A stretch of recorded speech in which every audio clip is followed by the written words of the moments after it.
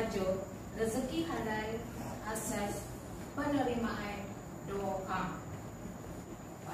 Maksud hadis yang ke-10 ini daripada Sayyidina Abu Hurairah radhiyallahu anhu, beliau berkata, Rasulullah sallallahu alaihi wasallam bersabda, sesungguhnya Allah Maha Baik, Dia tidak menerima sesuatu kecuali yang baik, dan sesungguhnya Allah telah memerintahkan kepada orang yang beriman dengan perintah yang sama kepada para rasulnya. Allah berfirman yang bermaksud, wahai para rasul, makanlah daripada perkara yang baik dan kerjakanlah amalan yang soleh. Al-Mu'minun ayat 51. Allah juga berfirman yang bermaksud, wahai orang yang beriman, makanlah daripada perkara yang baik yang kami kurniakan kepada kamu. Al-Baqarah ayat 172. Kemudian baginda menceritakan perihal orang yang menempuh perjalanan jauh.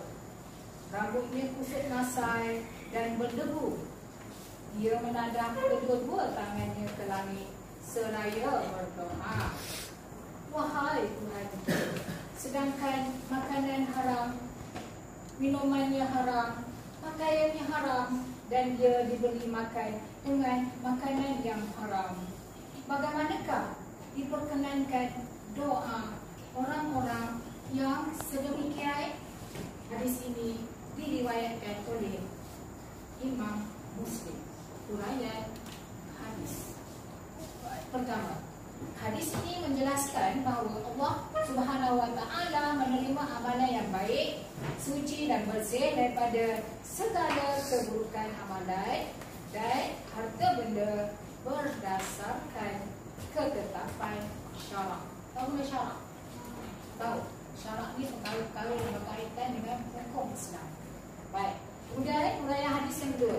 Setiap makanan, minuman dan pakaian yang digunakan hendaklah baik mengikut hukum, faedah dan khasiat serta sumber yang halal.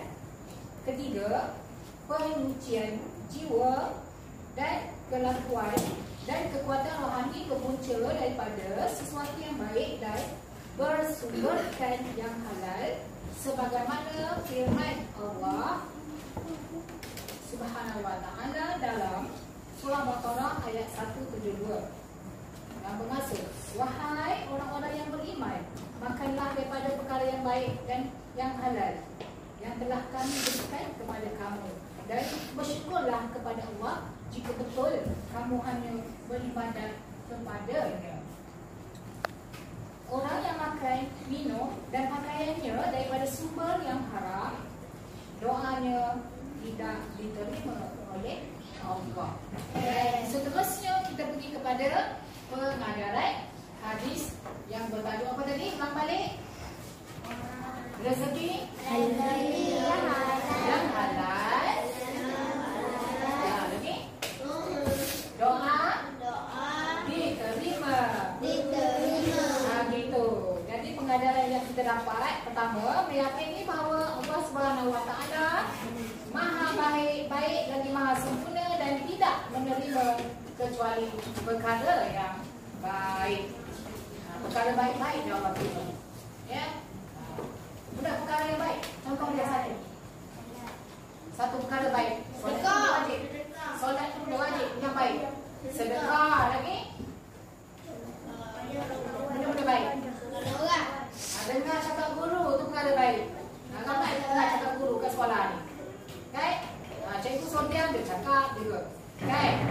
Dia tidur lah. Okay? Guru senang cakap, dia tidur dekat belakang. Penat sangat. Okay? Buka mata kosong-kosong. Pandang muka guru. Dah dapat pahala. Itu benda-benda baik je tu. Guru cakap, dia pandang muka guru dia. Okay? Dia dengar, dia elok. Faham je. Okay? Dia tak leka, dia tak ngantuk, dia tak tidur. Okay? Barulah berkat ilmu tu. Jadi benda-benda tak baik tu jangan buat. Benda yang baik je. Barulah dengan kita ni.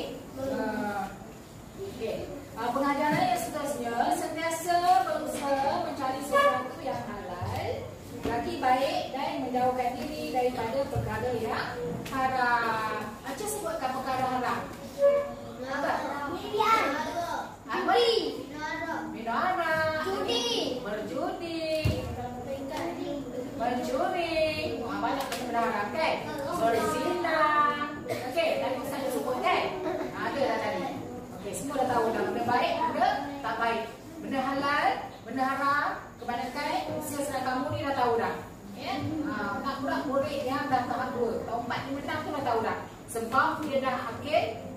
baligh.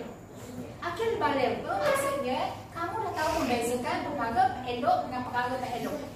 Perkara yang boleh memudahkan diri awak, awak tahu dah. Dalam pegang bara api dekat tak pasal-pasal merawang sakit, kan? Kan? Mana orang kena tu. Kalau baby tu je, tak depan dia pegang. Kan? Tak tahu benda sebab dia berakil balik. Dia tak boleh fikir lagi. Okay. Baik, seterusnya pengajaran yang ketiga. Kita hendaklah bersungguh-sungguh dalam berdoa dan memahami doa dengan sepenuh hati. Jadi doa yang kita amalkan tu semolek-molek ni kita kena tahu maksudnya. Jadi sama awak senang tak? Sebab awak dah ada belajar bahasa Arab. Kan? Zaman usaha kecil-kecil tu tak ada pun masalah ni, tak tahu benda. Memang je suruh Fatihah. Ya, apa takutnya? Dia cakap ustaz, kan? Tak tahu apa makna surah Fatihah. Sebab zaman itu lain. Kan? Awak ni sangat tahu tu. Dengan bantuan anak-anak digital lagi, ya. Anak dengan tak ada dia zaman ni. Sebab belajar. Okey, segala-gala ni diwujud dari. Dan akhir sekali ni pengajaran dia, okey, mengangkat tangan dalam berdoa merupakan satu daripada adab ketika berdoa. Cuba angkat tangan. Macam mana angkat tangan?